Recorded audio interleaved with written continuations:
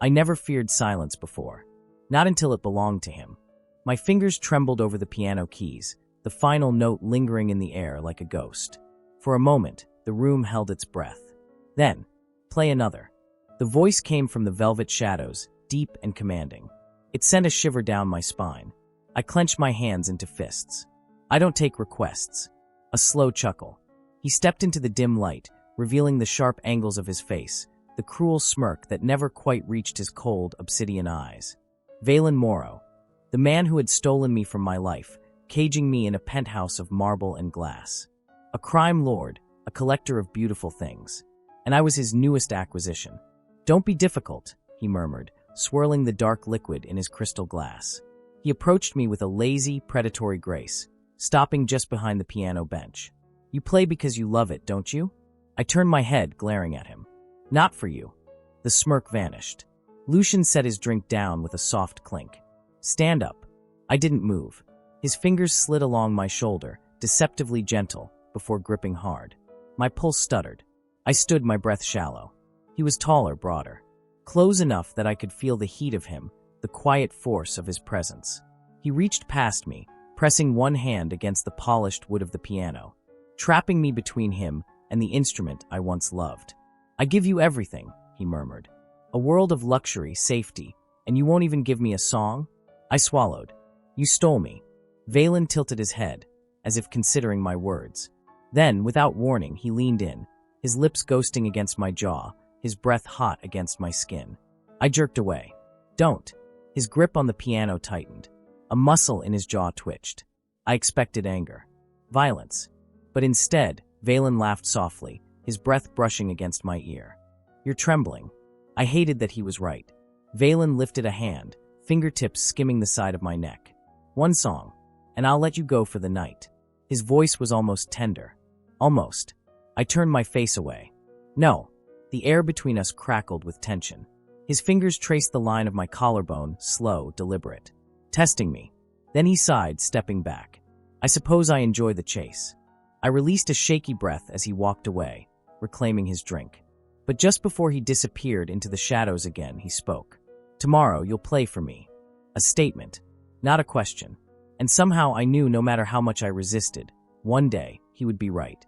The first time I saw Lord Valen was beneath the golden glow of the grand chandeliers, where laughter and music wove through the air like silk. I was seated at a magnificent ivory piano, the finest in the kingdom, my fingers gliding effortlessly over the keys. The ballroom was alive with shimmering gowns and elegant whispers, but my world was reduced to the music, to the rise and fall of each note, the power it held over the gathered nobility. And then him, a presence unlike any other. I felt his gaze before I even saw him, a cold, consuming weight, pressing into me like invisible chains. When I finally dared to glance up, my breath caught. Lord Valen stood near the far end of the hall, dressed in obsidian black, his dark hair neatly slicked back, his sharp features set in a hauntingly unreadable expression. But his eyes, those piercing silver eyes, never left me. I swallowed, my fingers faltering on the keys for the briefest moment. He noticed. A slow smirk curled at the edge of his lips. I had seen him before, of course. Whispers of his name drifted through court like a warning. The infamous lord of the eastern borderlands. Ruthless. Dangerous. A man whose lands remained untouched by the kingdom's rule, who answered to no one. Yet here he was, watching me with an intensity that sent a shiver down my spine. I finished my piece, earning polite applause, but my heart was still racing. As I stood from the piano, someone stepped into my path. It was him. "Lucian," he said, his voice low, unfamiliar on my name but somehow intimate. I bowed my head slightly, composing myself. "Lord Valen, I did not know you had come to the capital." His lips quirked, his gaze flicking to my hands before returning to my face. "Nor did I expect to hear such talent tonight. I've heard of you, of course, but hearing you play is different than hearing people speak of you." A strange, uneasy feeling stirred in my chest. "It is just music," I said lightly. Valen tilted his head, a glimmer of something almost hungry in his expression. "No, it is not." Something about the way he said it left me speechless. The rest of the evening, his presence followed me like a shadow. And in the days that came after, I caught sight of him more often, at the marketplace, at the opera house, even at the library. As if, from that night forward, He had already decided that I belonged to him. The sky was burning. Screams filled the streets. The scent of blood and fire choked the air. I ran. My breath came in ragged gasps as I pushed through the panicked crowds, my once pristine white shirt stained with soot and crimson. I had no weapon, no way to fight, only desperation to find my family. And then I saw them. My father, cut down in the courtyard. My mother's body crumpled at the steps of the palace. My sister, crying as she was dragged into the darkness by strangers. I fell to my knees. The world around me collapsed into silence, drowned by the ringing in my ears. A shadow loomed over me. Lucian. The voice, his voice, was a whisper in the chaos. I turned, my vision blurring with tears and smoke. Lord Valen stood amidst the carnage, his black cloak barely touched by the flames around us. His sword dripped red onto the cobblestones. I couldn't breathe. You, my voice broke. You did this. Valen crouched before me, his silver eyes unreadable. I saved you. I tried to lunge at him, but my limbs were weak, trembling with grief and exhaustion. He caught my wrist effortlessly, his grip cold, unyielding. There was no saving this kingdom, he murmured. Your family, your people, your king, they were already dead the moment they refused me. I offered peace. They refused. I choked on a sob, struggling against him. You killed them. You destroyed everything. His hand reached up, brushing away the tears streaking down my cheek. Not everything. I flinched. You, he continued, his tone almost soft. You are mine now, Lucian. I spat at him. He let out a slow breath, then, without warning, lifted me into his arms. I kicked, screamed, pounded against his chest, but he didn't falter.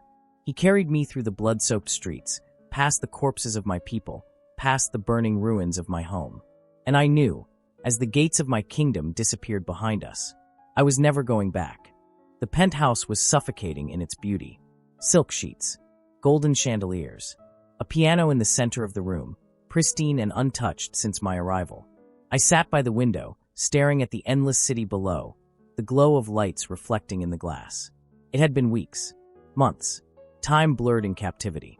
The door behind me opened. I didn't turn. I see you're still sulking. Valen's voice was casual, amused, as if we were old friends instead of captor and captive. I kept my gaze forward. You should have let me die. He sighed, stepping closer. Lucian, don't say my name. I snapped, my hands clenching into fists. You lost the right to it when you slaughtered my family. Valen was silent for a moment. Then, to my surprise, he chuckled. And yet, you still wear the clothes I provide. Eat the food I send. Sleep in the bed I arranged. I turned sharply. What choice do I have? He leaned against the piano, his fingers grazing the keys, a cruel imitation of my own touch. You could have starved yourself, thrown yourself from the balcony. But you didn't. His silver eyes met mine, unreadable. You're still here. I said nothing. A slow smirk tugged at his lips. Come here. I didn't move. His smirk faded. Lucian. My feet obeyed before I could think, as if his voice alone carried an invisible chain around my throat. I hated it. Hated how easy it was for him to summon me. I stopped just inches away, my breath unsteady. He reached out, brushing a stray lock of hair from my face. You're mine, he murmured, almost gentle. Play for me. I swallowed, my throat tight. No. His fingers curled around my wrist, firm but not bruising. Lucian. I said no. I tore my hand from his grasp, stepping back. You can't take everything from me and expect me to play for you like nothing happened. For the first time, something like anger flickered in his gaze. Not rage. Not cruelty. Something deeper. Possession. You will play for me, he said softly, dangerously. Maybe not today. Maybe not tomorrow. But one day, Lucian, you will sit at that piano willingly. And when you do, his eyes darkened. You will play only for me. I shivered, because deep down, I feared he was right. The scent of roasted duck glazed in honey filled the air, mingling with the delicate aroma of saffron rice and freshly baked bread. Silver platters adorned the table, carrying dishes that could rival a royal banquet. Succulent lamb drizzled in pomegranate sauce, delicate pastries stuffed with almonds and honey, crystal goblets filled with the finest aged wine. And yet, I did not touch a single bite. I sat stiffly, arms crossed, staring at the meal before me with defiance. My stomach twisted with hunger, but I would rather starve than give him the satisfaction. Lord Valen sat across from me, sipping his wine lazily, his sharp silver eyes watching me over the rim of his goblet. He said nothing at first, only studying me with that unreadable expression. Then, he set the goblet down with a soft clink. "You will eat, Lucian." I clenched my jaw. "No." His lips quirked, but there was no amusement in his gaze. He leaned forward, resting his elbows on the table. "I had the royal chefs prepare this meal. Every dish was crafted with the finest ingredients most people would kill for." "Then let them have it," I shot back. "I'm not your pet." Something dark flickered across his face. He exhaled slowly, then reached for a silver knife. My muscles tensed. But instead of turning it on me, he smoothly cut a piece of duck, dipping it into the fragrant sauce before lifting it to his lips. He chewed thoughtfully, then smirked. "It's exquisite," he mused. "Tender, perfectly seasoned. A pity you refuse to indulge." I said nothing. His smirk faded. He set his utensils down with deliberate care. "Starving yourself will not grant you freedom, Lucian. You are not punishing me, you are only harming yourself." I stared at my plate, feeling the weight of his words pressing against my chest. My stomach ached. My body was weak, but I would not break. Valen let out a quiet sigh. "Very well." He stood, straightening his dark coat. "If you will not eat willingly, then I will ensure you beg for it." With that, he turned and left, leaving me alone with the untouched feast. The food remained, taunting me, but I did not touch it. Not that night, not the next, and not the day after. The scent of roasted duck glazed in honey filled the air, mingling with the delicate aroma of saffron rice and freshly baked bread. Silver platters adorned the table, carrying dishes that could rival a royal banquet. Succulent lamb drizzled in pomegranate sauce, delicate pastries stuffed with almonds and honey, crystal goblets filled with the finest aged wine. And yet, I did not touch a single bite. I sat stiffly, arms crossed, staring at the meal before me with defiance. My stomach twisted with hunger, but I would rather starve than give him the satisfaction. Lord Valen sat across from me, sipping his wine lazily, his sharp silver eyes watching me over the rim of his goblet. He said nothing at first, only studying me with that unreadable expression. Then, he set the goblet down with a soft clink. "You will eat, Lucian." I clenched my jaw. "No." His lips quirked, but there was no amusement in his gaze. He leaned forward, resting his elbows on the table. "I had the royal chefs prepare this meal. Every dish was crafted with the finest ingredients most people would kill for." "Then let them have it," I shot back. "I'm not your pet." Something dark flickered across his face. He exhaled slowly, then reached for a silver knife. My muscles tensed. But instead of turning it on me, he smoothly cut a piece of duck, dipping it into the fragrant sauce before lifting it to his lips. He chewed thoughtfully, then smirked. "It's exquisite," he mused. "Tender, perfectly seasoned. A pity you refuse to indulge." I said nothing. His smirk faded. He set his utensils down with deliberate care. "Starving yourself will not grant you freedom, Lucian. You are not punishing me, you are only harming yourself." I stared at my plate, feeling the weight of his words pressing against my chest. My stomach ached. My body was weak, but I would not break. Valen let out a quiet sigh. "Very well." He stood, straightening his dark coat. "If you will not eat willingly, then I will ensure you beg for it." With that, he turned and left, leaving me alone with the untouched feast. The food remained, taunting me, but I did not touch it. Not that night, not the next, and not the day after. The manor was large, too large. Every hallway was gilded in gold and lined with paintings of forgotten rulers. The servants bowed as I passed, never meeting my gaze, whispering my name in hushed voices. I had wandered the halls aimlessly for weeks, feeling the weight of my captivity tighten around my throat like a noose. Valen had given me everything: fine clothes, a private library, a grand piano that gleamed like polished ivory. But every luxury was another shackle, another reminder that I was nothing more than a possession in his gilded cage. And he was always there, watching, waiting. He never forced himself on me, but he was patient, calculating, a shadow that never left. At times, he would stand behind me as I read, his presence suffocating. Other nights, he would sit across the room as I played, his gaze burning into my back. I could feel the way he tried to pull me in, as if waiting for the moment I would surrender. I would not. One evening, as I stood by the balcony, gazing longingly at the distant hills, I dared to ask, "I want to go west." A silence stretched between us. Valen, seated in his grand armchair, turned his gaze to me, his silver eyes darkening. The West is forbidden to you. I frowned. Why? You let me roam the gardens, the halls. Why not the West? His fingers tapped against the armrest. Because I said so. Anger flared in my chest. You can't keep me here forever. He stood in one fluid motion, closing the distance between us in 3 slow steps. I can, and I will. My breath hitched as he reached out, his fingers brushing against my chin, tilting my face up to meet his gaze. You belong to me, Lucian, he murmured. You will learn that soon enough. I shoved him away. I will never belong to you. His expression darkened, but instead of anger, I saw something worse, certainty. You will, he whispered. A shiver crawled down my spine. The water was scalding against my skin, steam curling around the marble bath like a ghostly veil. I sat rigidly in the massive tub, my arms wrapped around myself, my body trembling despite the heat. Valen was behind me, lounging comfortably, the water barely reaching his chest.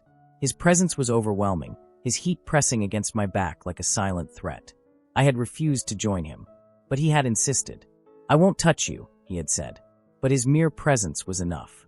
I said nothing. I barely breathed. A hand brushed against my shoulder. I flinched. Valen's fingers traced a slow line down my arm, his touch featherlight.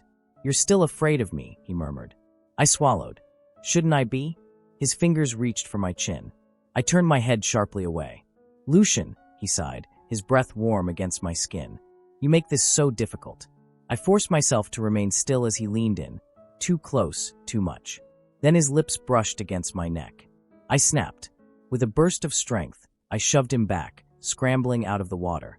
My robe clung to my wet skin as I stumbled toward the door, my heartbeat hammering. I needed to run. I needed to be free. I didn't think. I bolted. Down the halls. Past the guards. Toward the west. I didn't know what I expected. An open road? A way out. What I found. Pain. A sharp snap. A searing, unbearable agony in my chest. I gasped, my knees buckling as something struck me. A hidden mechanism, a steel bolt piercing through my ribs. I collapsed onto the cold marble, my breath coming in ragged, wet gasps. Blood. So much blood. The last thing I saw was Valen's face, his expression twisted in something close to terror as he dropped to his knees beside me. Lucian. Darkness. I woke to the scent of iron and silk. My body ached, my chest wrapped tightly in bandages. The world was a haze, my limbs weak. And then him. Valen sat beside my bed, his hands clasped together, his usually composed expression shattered. His fingers trembled. His breath was uneven. You almost died, he said, his voice hoarse. I turned my head away. I told you not to go west, he whispered. Tears pricked my eyes. I don't want this, I croaked. His fingers tightened around the sheets. I don't care what you want, Lucian. His voice was quiet, almost broken. I won't lose you. I closed my eyes. I had survived. But at what cost? The piano stood before me like an old friend I had abandoned. The ivory keys gleamed under the candlelight, waiting, just as he was waiting. Lord Valen sat in his usual chair, one leg crossed over the other, his silver eyes locked onto me with quiet intensity. He had waited so long for this. He had given me everything, luxury, power, safety, all wrapped in a gilded cage. But tonight, I would give him what he truly wanted. Music. For the first time since he stole me from the ruins of my home, I sat at the piano willingly. My fingers hovered over the keys, trembling. The silence in the room was thick, heavy with expectation. I could feel it pressing against my ribs, tightening around my throat. I took a breath, and I played. The melody poured from my fingers, slow and aching, a song of grief and longing. Each note resonated through the grand hall, filling the empty spaces with echoes of the past. My mother's laughter, the scent of blooming jasmine in the palace gardens, the distant murmur of the ocean waves against the harbor. I was there again, for just a moment, but it was fleeting. My hands moved on their own, guiding the music into something darker, deeper. A song of imprisonment, a song of sorrow, a song of goodbye. I felt Valen's gaze on me, intense and unreadable. I did not dare look at him, because if I did, I might waver. Because despite everything, despite my hatred, my anger, my despair, there was a part of me that had begun to understand him, and I despised myself for it. The final note trembled in the air, fading into silence. My hands slowly fell to my lap. For a moment, neither of us spoke. Then a soft breath, an exhale of something almost like relief. "You played," Valen murmured. I finally turned to look at him. His expression was unreadable, but there was something in his eyes, a flicker of something I had never seen before. Something raw. Something human. "I knew you would," he said. "Eventually." I forced a smile. A soft, weary curve of my lips. "Yes," I whispered. "I did." The dagger was hidden beneath my robe. I had stolen it days ago, slipping it beneath the folds of my garments when no one was looking. It was small but sharp. Just enough. Just enough. I stood from the piano bench, feeling the weight of my decision settle deep into my bones. My heart pounded, but my hands were steady. Valen watched me with quiet satisfaction, unaware. I stepped toward him. He didn't move as I approached, his silver eyes locked onto mine. He expected gratitude, perhaps. Obedience. Instead, I pulled the dagger from my sleeve, and I plunged it into my own heart. Pain. It was different than I expected. Not immediate, not overwhelming. Just a slow, blooming warmth spreading through my chest. I heard Valen's sharp intake of breath, the scrape of his chair against the marble floor as he lunged forward. "Lucian." His arms caught me before I hit the ground. His hands pressed against my wound, trying to stop the inevitable. His breath came in ragged gasps, his fingers stained crimson. I looked up at him. His face was pale, his pupils blown wide with something like horror. For the first time, I saw him break. "No," he whispered. "No." His grip on me tightened, as if he could hold me together, as if his will alone could undo what had already been done. "You can't do this," he choked out. "You can't leave me." I coughed, the taste of iron thick on my tongue. My body felt heavy, the edges of the world blurring into nothingness. "I was never yours to keep," I whispered. His expression twisted in agony. I raised a shaking hand, pressing my bloodied fingers against his cheek. "For once," I breathed, "I'm finally free." And then, the world faded into darkness. The piano sat untouched for months. The servants avoided the great hall, unwilling to disturb the ghostly silence that lingered. Lord Valen did not speak of that night. He did not speak at all. He remained in the same chair where he had last held Lucian, his once impeccable posture now bent, his silver eyes hollow. The dagger was still there, resting on the table beside him. A reminder. A punishment. The blood had long since been cleaned, but the stain remained, deep in the fabric of his soul. And the piano, once filled with the echoes of music, remained silent.